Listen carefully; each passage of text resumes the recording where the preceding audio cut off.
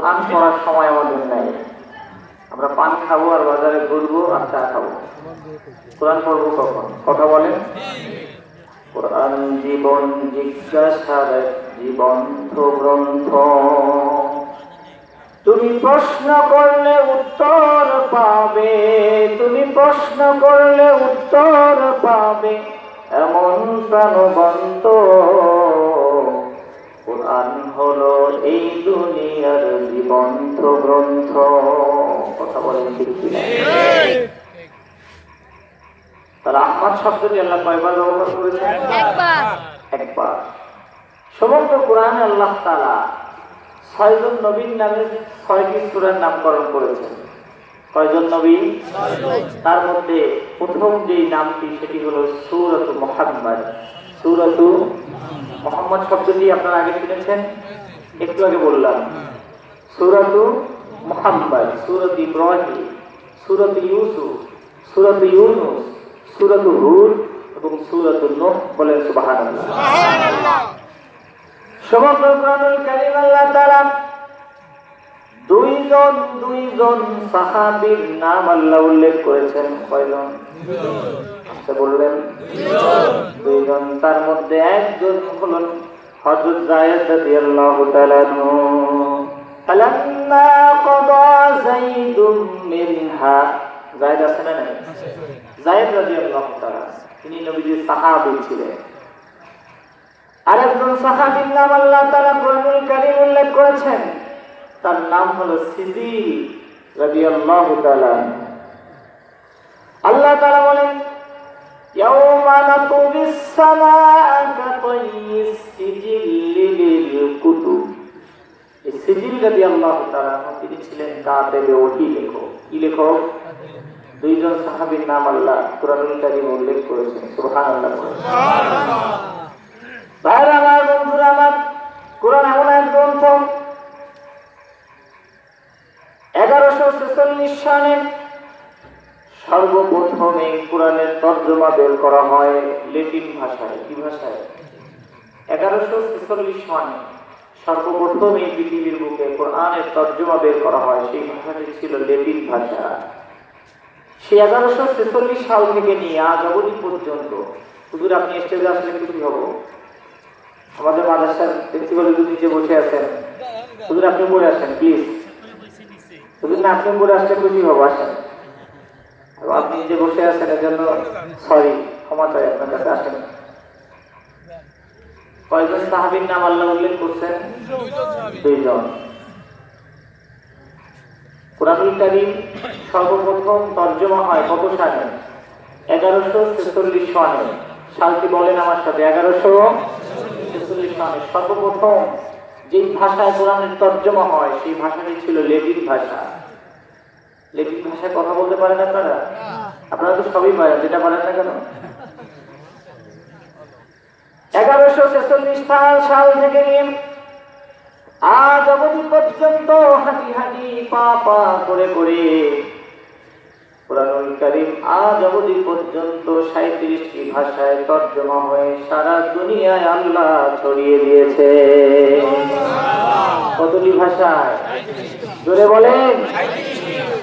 Latin, German, জাপানি, Java, Greek, Gujarati, Telugu, Polish, পর্তুগিজ, পাবি, পূর্ব আফ্রিকা, ইটালিয়া, স্পেনিয়া, ইন্দোচীন, বেনজির, ফৌজো, Serbia, Swedish, Sindhi, Holland, Denmark, রোমানিস, আর্মেনিয়া, আফগানি, অস্ট্রেলিয়া, তেলেগু, মারহাটি, উর্দু, সর্বশেষ হলো বাংলা। বলেন সুবহানাল্লাহ। এই 37টি ভাষায় কোরআনের তর্জমা হয়ে সারা পৃথিবীতে কোরআন ছড়িয়ে পড়েছে।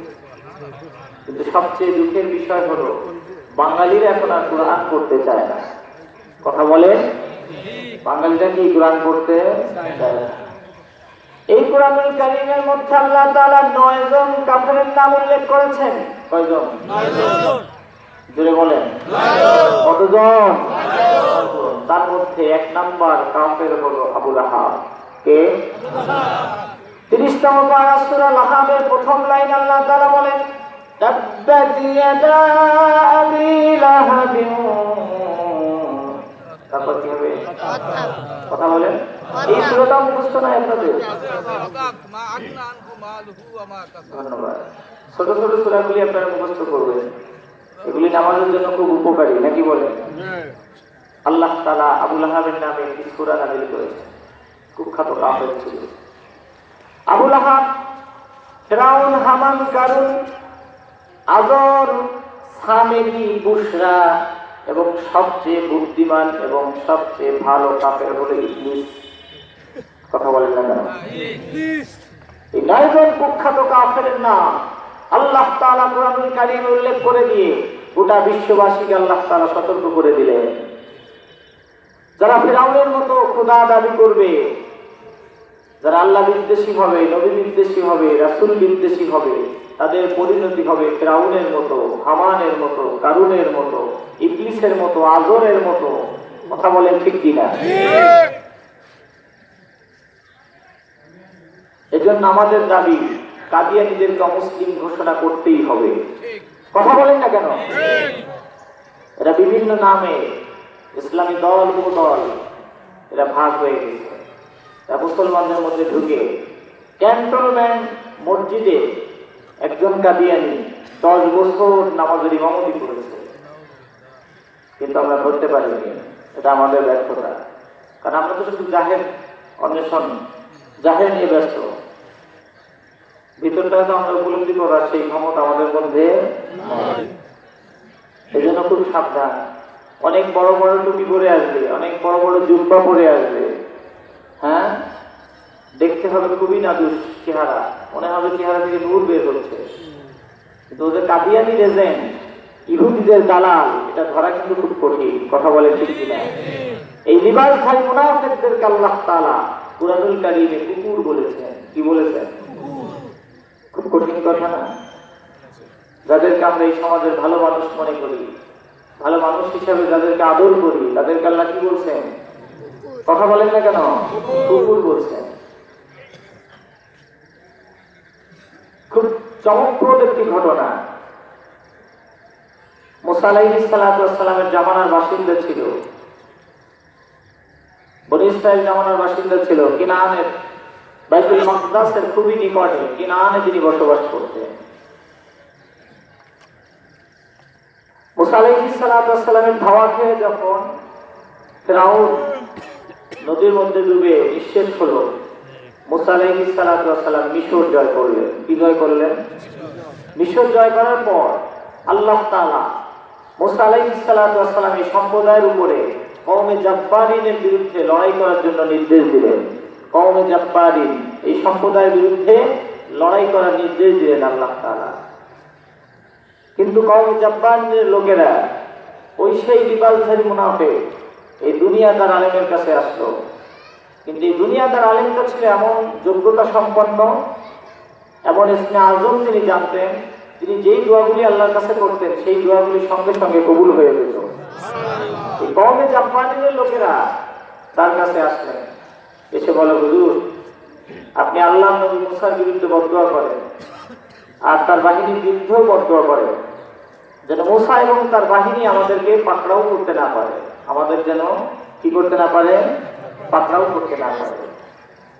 ভাইরা আমার, বন্ধুরা আমার, এই দুনিয়াদার লিবাসধারী আলেম, যারা দুনিয়াদার লিবাসধারী মুনাফিক আলেম হয়, এরা নবীদের বিরুদ্ধে বদদোয়া করতে দ্বিধাবোধ করে না। কথা বলেন না কেন? সে বলল, আমি কেমন করে মুসা এবং তার বাহিনীর বিরুদ্ধে বদদোয়া করব? মুসা তো আল্লাহর নবী, পয়গম্বর, এবং তার সঙ্গে ফেরেশতারাও আছে।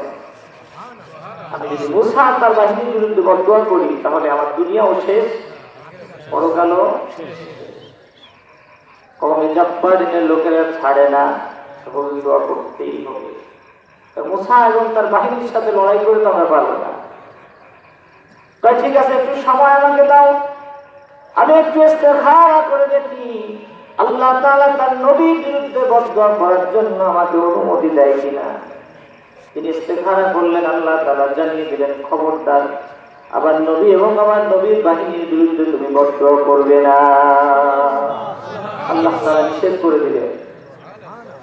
কওমে জাব্বারিনের লোকেরা অনেক বড় একটি হাদিয়া তার সামনে পেশ করলো। কি হাদিয়া? যেটা মাঝে মধ্যে আপনারা আমাদের দিয়ে থাকেন। হাদিয়া দিলে খুব ভালো লাগে, আমাদের বেশি বেশি করে দিবেন নাকি দেবেন না? হ্যাঁ, টাকা দেওয়া গেলে লোক পাওয়া যায় না। অনেক বড় হাদিয়া তার সামনে রাখলাম। তার স্ত্রী তাকে হাদিয়া গ্রহণ করার জন্য পরামর্শ দিল। সে হাদিয়ার কাছে ঈমান বিক্রি করে ফেলল। আমাদের সমাজে, আমাদের দেশে এমন মুফতি আযম আছে, এমন হাফেজ কোরআন আছে যে টাকার কাছে ঈমান বিক্রি করেছে, নাস্তিক হয়ে গেছে। মুফতি সে নাস্তিক হয়ে গেছে। ডকুমেন্ট আমার কাছে, ইউটিউবে সার্চ দিলে আপনারা পাবেন। ইউটিউব নামক এক কলঙ্কময়ী অধ্যায় এই সমাজের মানুষ রচিত করেছে, যার ধারা মানুষের চরিত্র, মানুষের আদর্শ, মানুষের বৈশিষ্ট্য সব শেষ হয়ে যাচ্ছে। কথা বলে ঠিক কিনা? আমাদের বাপদাদাদের মধ্যে যে আদর্শগুলি ছিল সেটাও আমাদের মধ্যে নাই। কথা বলেন? আমাদের পূর্বপুরুষরা মিথ্যা বলাকে ভয় করত, মিথ্যা তারা বলতে রাজি ছিল না, পরের হক তারা নষ্ট করত না, তারা মানুষকে ঠকাত না, মানুষের ক্ষতি তারা করত না অধিকাংশ। কথা বলে ঠিক কিনা? তারা ভাইয়ের জমি তারা ফাঁকি দিত না, মানুষের হক তারা নষ্ট করত না। তারা যদি মুখ থেকে কাউকে বলতো ওই জমিটা আমি তোমাকে দিয়ে দিলাম, ওটাই দলিল, আর কখনোই জমিনের কাছে যেত না। আর এখন তো জমি দলিল করেও রাখাটা মুশকিল। কথা বলেন? ভিডিওটি লাইক, কমেন্ট ও বেশি বেশি শেয়ার করুন। আমাদের সাথে থাকুন। ধন্যবাদ।